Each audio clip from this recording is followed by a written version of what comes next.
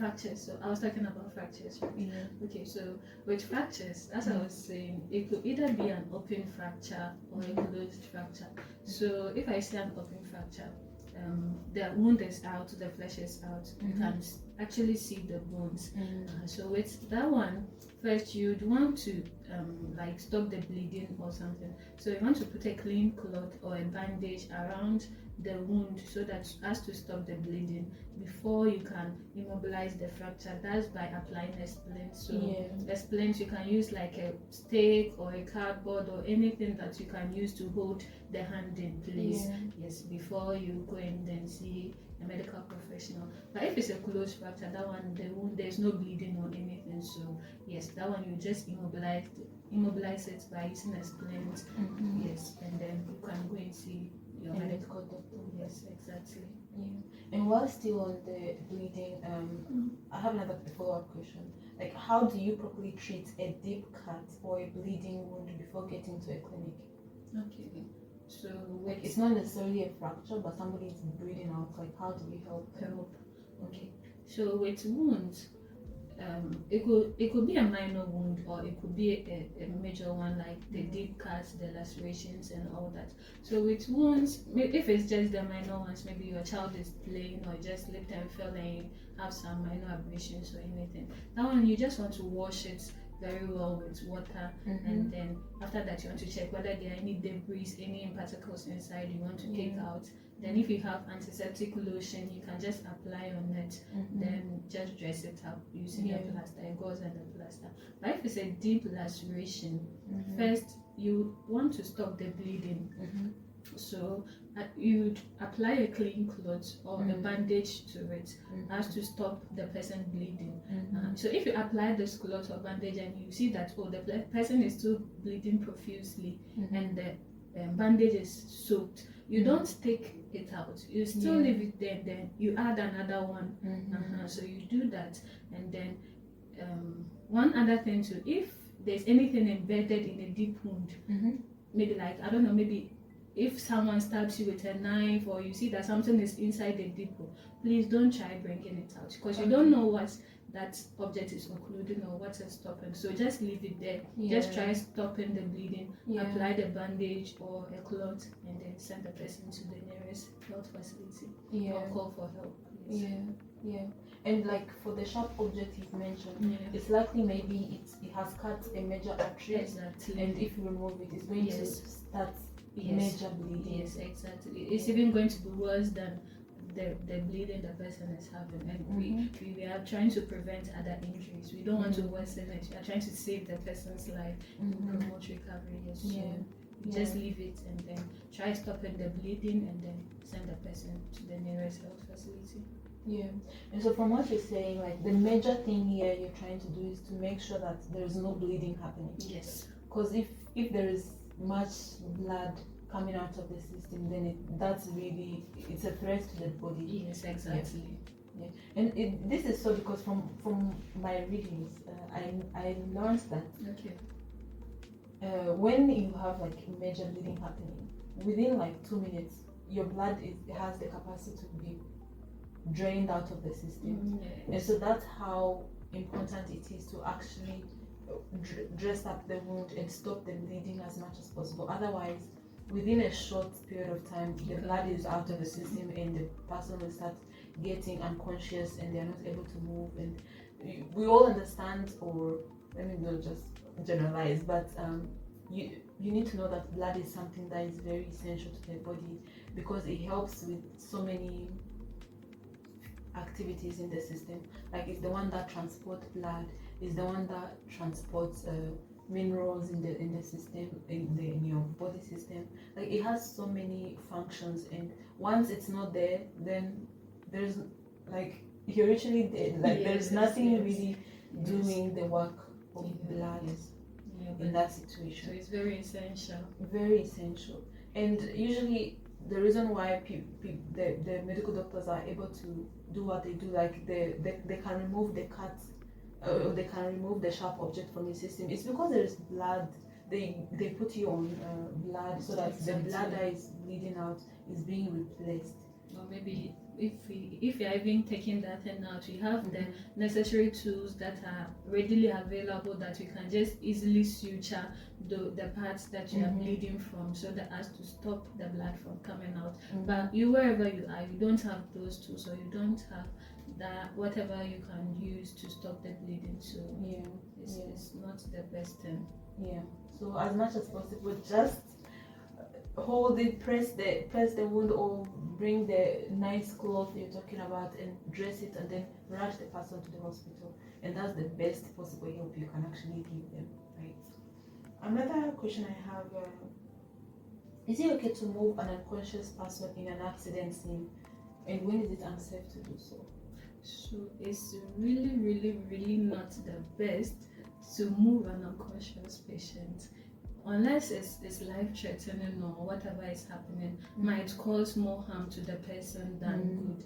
Yes, but aside that, it's not the best thing, because as the person is lying down in an accident situation, you don't know what's happening. Maybe the person is having a C-spine injury, a spinal cord injury, or undetected injuries, internal bleeding or something. You wouldn't know. So moving this patient might cause more harm. It will worsen the patient's illness than. So in as much as possible, if you think that wherever the patient is lying is safe for him or her, then it's better to just leave the person there and until call exactly the professional medical people to come and help. But aside that, it's not really safe to move an unconscious patient. So in cases like maybe if there's a fire ongoing, or maybe if you're in a vehicle and it's unstable, why not? Like, you're rather helping the person more, or maybe the person is lying at a place where there are a lot of cars moving, or maybe the building is collapsing or something. It's better to move the patient. But aside that, it's not really the best. Or maybe you want to do CPR for the patient to then also you can also move that patient. But aside that, it's not really wise to move an unconscious patient. Yes. Yeah. I think I actually didn't know about that. And when you spoke of the spinal cord damage, I can just imagine the kind of harm you're causing by trying to carry the person, because you might carry them and then the whole spinal cord is separated, and the person will end up paralyzed for the rest of their life. So it's really not necessary. Unless it's, like I said, unless it's life-threatening. Just if the person is safe lying wherever they are, just let them lie. If you think whatever that will cause more harm is closer and you can easily move those things, it's better to move those things than moving the person. Yes, exactly. Thinking this is very critical information. Just like you said, unless like the person is in the middle of the road and the truck just coming, that one you would have to. And so the part we are reaching on, we want to bust the myth around first aid. Like, what are some of the common mistakes people make when giving first aid? And I think one of them is the moving of patients. Exactly. You just said it. So moving the patient unnecessarily. Let's use unnecessary. If it's necessary, that's fine. But moving an unconscious patient unnecessarily is one of the biggest mistakes we make. And then also not failing to call for help early. Maybe you think, if you do something and the patient is fine, or you've revived the patient, or the person is fine. No, that's not the best thing. First aid, you are just helping, and then you are waiting for the professionals to come. So and in as much as you are doing something to help, you also want to call for help. Because you're not satisfied medical doctor. Exactly. So you have to call for help. That's one of the mistakes people make. And then also probably using cold water in treating burns is also another mistake people make in first aid. Yes, cold water is not good when you're treating burns. Use lukewarm water, room temperature water. That's fine, but not cold water. And then also maybe if someone is bleeding from the nose, they'll ask the person to tilt the head. I've been doing that all my life, all my siblings. That's what my mother told us. Like, once you're bleeding out, you just tilt your head. If you do that, you can. The blood can flow back to your throat, and you can easily choke from that. Wow. Yes, so that's not the best thing to do. Yes, so if you are just bleeding, just hold your nose and then just bend your head and you'll be fine. Probably anything that is causing it will let it stop. Some people, it's because of some disease conditions or something. So maybe when they take their medications and all that, they'll be fine. But it's not best that you'd tilt your head back. You are causing backflow of the blood to your chest, and this can lead to choking. And also improper wound care, infecting wounds. You are not treating. Maybe you are not treating the wound well, or maybe you've seen that there's an infection or something and you didn't send the patients back to the health facility. That's not the right thing. If you see that anything is going wrong, or maybe the wound is changing color or it's having an offensive smell, then you would want to rush the person to any facility so that it will be taken care of. I think these are but a few of the mistakes people make. First aid.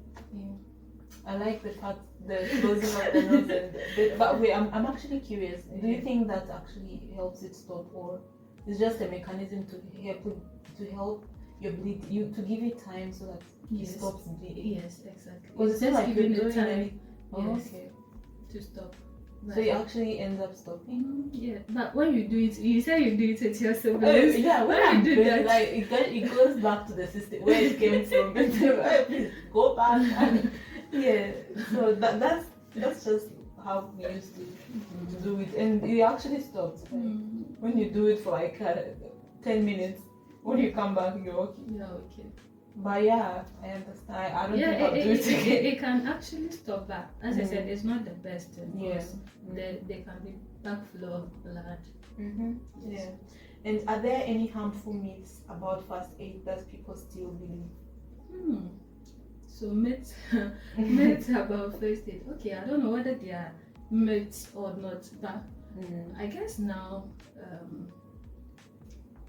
health education it's everywhere, and then a lot of people are getting to learn more about it. But you see, I don't know whether other people they still do it, but I guess other people still believe that maybe with snake bites you can. Some people believe that with snake bites you can suck the venom out. Like with your mouth? Yes. Who says that? People do. Oh people do. I don't know whether people still, but in those days they used to believe that when you get bitten by a snake, then you can suck the venom yourself or someone else.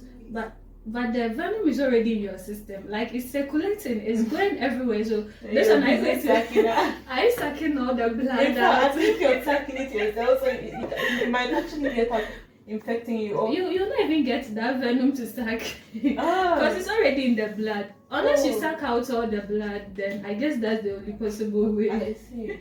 Yes. I actually didn't know of this myth. Maybe it's common in Ghana. Maybe. Yes. And then also with poisons, maybe some poisons are there if someone ingests the poison. Some are very corrosive, and so as it's going into the system, like it's burning their internal part. Yes, internal part, the GI tract and all those things. So you wouldn't want that what is already inside to come out again, because it's already causing harm going down. It's already burning those parts.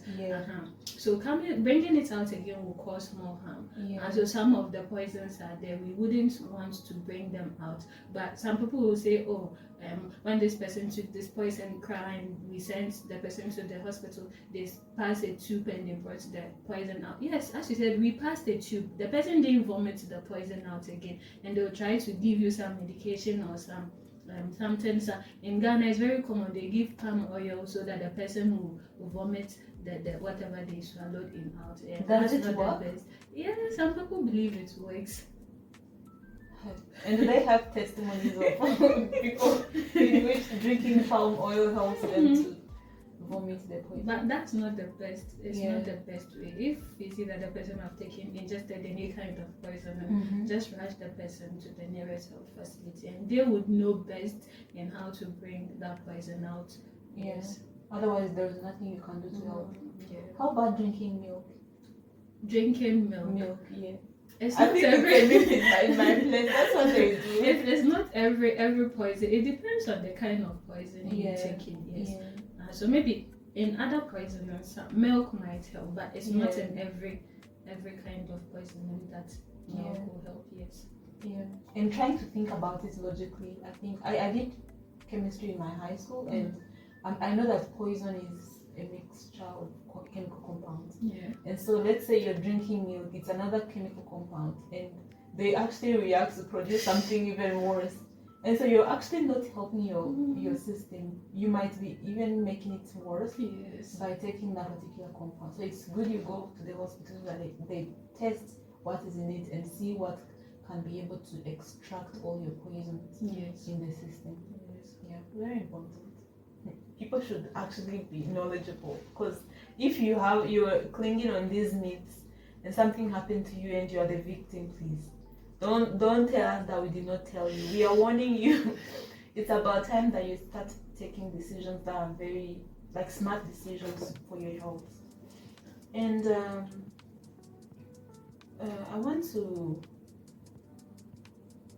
find out who should get trained on first aid.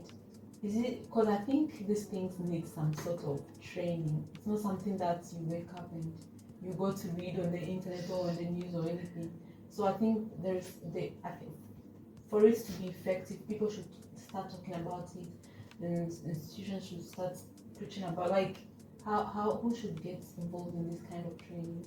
So as we said earlier on, accidents can happen everywhere, at any time, at anywhere. So I think fairly everyone, whether old, young, middle-aged, boy, girl, everyone, it's necessary for everyone to know something small about first aid, so that if anything happens, you can also do something to help and then save a life. Yeah, it's usually for everybody. Yes. Even young children. Yes, even young children. It's very necessary. And how often should this knowledge be refreshed out? Said that, and I remember the last time I was watching some videos on the internet, and then I saw, I don't know whether it's a Japanese or one of those Asian kids. I think they were eating.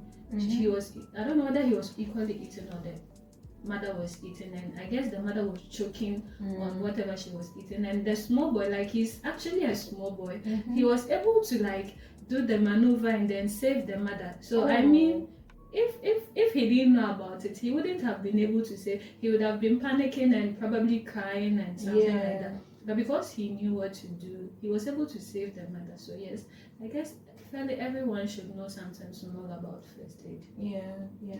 It's a life-saving skill. Yes. It could be the next time an accident happens, it could be when you're with your loved one, and in situations you don't know what to do and you're stuck, man. You're screwed. You'd never forgive yourself, because there are some basic things that you could have done, but you were not able to do it because of your, should I call it ignorance? But because you don't know what to do. So it's good to actually learn something small about first aid, so you're able to save lives. And what can schools, workplaces, and churches do to improve first aid readiness, and communities in general? Okay. So I guess with first aid, first you would want to let the people know about what it is. Yes. So probably in schools like this, they can always add it to curriculum or school curriculum, so that as you're in school, you can start learning something about first aid, how to save someone's life. So it's very necessary. And in our churches, workplaces, they can organize training, workshops, those things, to let people know about it. And also providing the necessary materials, because I can't just, maybe I need something that will help me save the person. So if you provide the necessary materials, I can be able to use it and then do whatever I want to do. And also I think it's also necessary to train some even though training the general public is important, but maybe training some specific people in your community, maybe in your school, probably here, you can train some specific people that, they are into first aid. Exactly. So if anything is happening, you know that they are readily available and they can help. You can just rush to them and then they can come and support. So these are some of the ways. I think I love that. Communities should take action to actually teach about it, because as we've established from the conversation, like these are accidents that can happen anytime, and so if you can like chip in an hour in your session, and an hour is even long, like in your sessions you have like 30 minutes. Okay, for churches, maybe every Sunday, have like a 30-minute conversation after service and talk about it. Some people who want to learn more, they will stay and learn one or two things that they can do in situations of emergencies, and then you do it, like it becomes a habit. Maybe you have like a weekly session on that. Exactly. And as for schools, it's very easy. You're always teaching. Yes. You can just draw it in the curriculum and make sure that people are aware of this kind of great things. Why should the young people take first aid very seriously? So, as we established earlier on, I believe first aid is for everyone. It shouldn't just be for the young or the old. But, well, if you are to take first aid seriously, it's necessary. As we said, accidents occur anywhere, everywhere. So you wouldn't know, that this is when it will happen or this is how it will happen. So I think it's necessary that you know something small, so that when you're in such a situation, you would know what to do. And then you, even though you might be saving someone's life, but you might even use that knowledge to save yourself. Yes. And then I guess it's also necessary because it will make you confident. Maybe it wouldn't make you anxious. Probably if something happens, then you're anxious and you're confused. You wouldn't know what to do. But if you have some basic knowledge in first aid, you'll be more confident, and then you would know what to do to help yourself and then the people around you. And as you also said earlier on, to save lives and then to prevent other injuries. And it makes our workplace, our homes, our schools safer. Yes.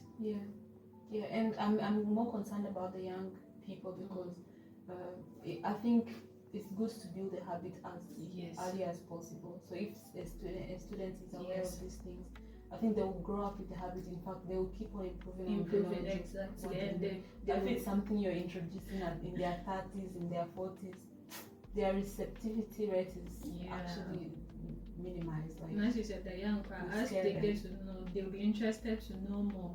From today, what's happening? Is there something new? Yes. So we are wrapping up our conversation, and I have a few final questions to ask you so that we conclude on a great note. Audience, listen.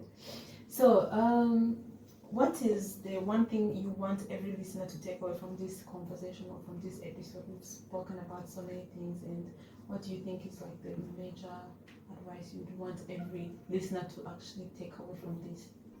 Okay, so to the listeners, in medicine we call something the golden hour, and this is like the critical first hour that when a patient gets into an injury or something. So within this hour, you can do something that might help save the person. So I guess that I think first aid is really necessary so as to be able to help save lives. We wouldn't know. Who knows? Maybe in the future it could be a loved one, it could be a neighbor, it could just be someone that you walk past. So it's really necessary that we all should know something small about it. So we can always, if we want to learn more, there are a lot of now, the internet, social media is everywhere, the internet is everywhere. You can just always go on social media. There are a lot of medical stuff that is out there that you can always read. There are a lot of videos, just like this podcast. This is coming from my last question I wanted to ask you on where people can actually get trustworthy information in Ghana. Yes. It seems like you're tackling it at the same time. So just like this video that we are making is so you can watch videos, read medical journals, medical stuff. You can always ask questions. Maybe you go to the hospital and then you see a doctor or any health professional that you have questions that you think they are necessary, and then you might always use to help save a life. You can always ask to find out. Yes, so I guess it's really necessary. Yeah. Thank you so much, Adela, for your time. This has been so great. I've learned a lot myself, and I hope you've also learned a lot from this conversation. I've prepared in great questions that I think layman or people who are hearing about first aid for the first time can actually get to learn one or two things that they need to know about first aid and what it's about. And as we wrap up, where can our listeners find you if they want to ask further questions? Okay, so or connect with you. Okay, so on LinkedIn, you can connect on LinkedIn. My name is Adela Nubanue, and then on Facebook and Instagram, I use Dagoe Adela. Okay, That's all. Yeah, thank you. Thank you so much for your time. It was lovely to have you. And it was lovely to be here too. Yeah, thank you so much.